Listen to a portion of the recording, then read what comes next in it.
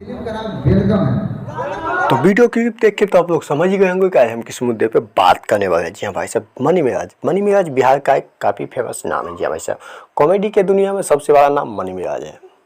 और आज मनी मिराज का एक फिल्म का मुहूर्त था और एक फिल्म का ऐलान भी कर दिया गया है।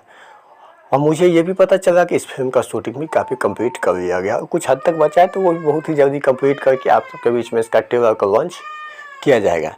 आइए अब बात कर लेते हैं इस फिल्म के बारे में। जी भाई साहब, इस फिल्म में मेन लीड में नज़र आने वाले हैं मनी मिराज, इनके साथ बेबी काजल, यानी कि मनी मिराज का हीरोइन होने वाली है बेबी काजल। जी हाँ भाई साहब, तो इस फिल्म में काम किया है बेबी काजल, उसके बाद मनी मिराज, बंटी केडी,